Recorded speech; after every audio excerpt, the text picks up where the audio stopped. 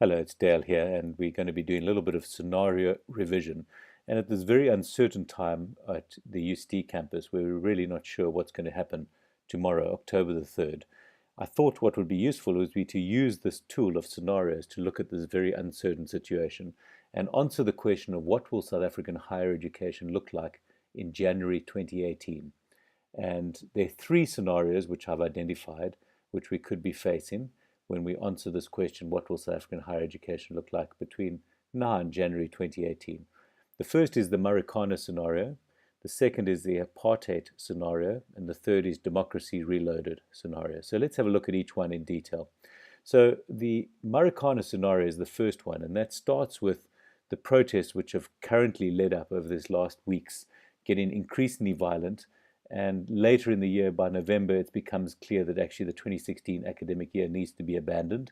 So nobody graduates, and it causes a lot of knock-on effects going into 2017, which really becomes a lost year of higher education. There's a huge amount of unrest, fighting, damage to property, injury, and even sadly, deaths which occur as a result of this fighting. And there's no alignment, and really all relationships break down even further, and the whole year is lost completely in terms of higher education. And that leaves us with a big question mark about what January 2018 will look like. And really, this is a scenario which plays out in much the same way as the Marikana strikes played out some years ago, with this escalating levels of violence, very little reconciliation, in fact, no reconciliation. And we can see some of the images that have played out over the last months are really shocking images of violence between protesters and police, the burning of buildings and property, and people really getting hurt in some of these incidents that have happened. This is a video from Media for Justice at Wits last week. And we can see these type of scenes we would expect to see more clashes between protesters and police, and increasingly dangerous situations. So this is what we would expect in the Marikana scenario, which is the first of our three scenarios. Right. So then we move to the second scenario, which is the apartheid scenario. And what happens here is, starting already now, we have sporadic protests across South African campuses.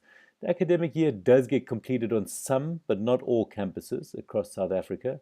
And there's renewed protest action when the start of the academic year kicks off in February 2017, running forward to about this time next year, when there's a standoff again between universities and protesters. And it's pretty much a replay of what happens in 2015 and what has happened in 2015 and 2016.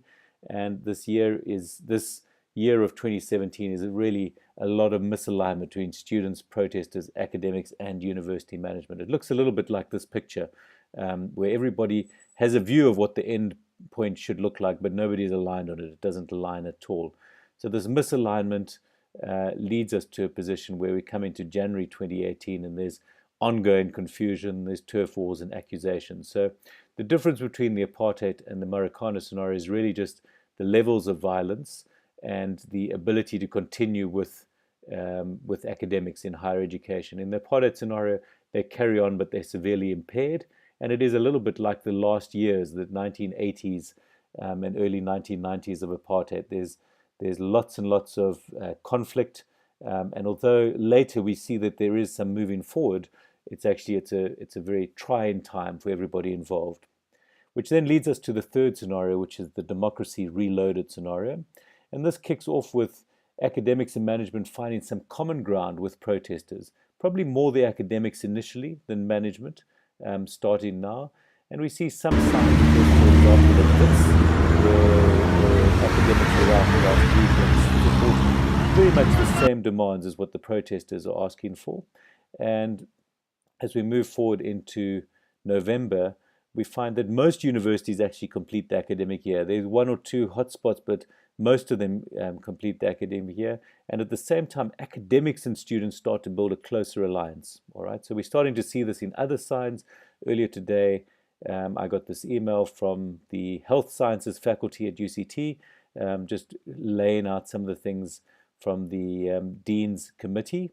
one of the Dean's committees. And if you see some of the things that they resolved for: no further securitization or militarization on campus, lifting of the interdict and amnesty for expelled and rusticated students, process of restorative justice, a healing for UCT, and a commitment to further dialogue. You'll see these overlap with protesters' demands. So demands resolves from academics. You're starting to see alignment between them. And we would see in this scenario, the Democracy Reloaded scenario, we would see more of this as we go into 2017. And what happens in 2017 in this scenario would be that academics influence university management to align with protesters, who in turn consolidate a core set of demands. So although the demands have shifted and changed a little bit over the time, the protesters bring to the table a core set of demands which the academics align around, and over time influence management to align, and there starts to be some sort of agreement on what these demands are, and what changes need to happen at universities to meet these demands, which then leads to November 2017, where exams run normally against a backdrop of significant changes. So these are things such as have been called for by the protesters. So decolonization, universities feeling like universities that the students, all students at the universities, feel comfortable and feel like they're supported in their studies in. So this happens at the same time as exams running normally by November 2017. And we enter then January 18 cautiously optimistic. So these are the three scenarios: Marikana scenario, apartheid scenario, and Democracy Reloaded scenario. In the next video, what I'll do is I'll take you back into the analysis of how I got to these three scenarios.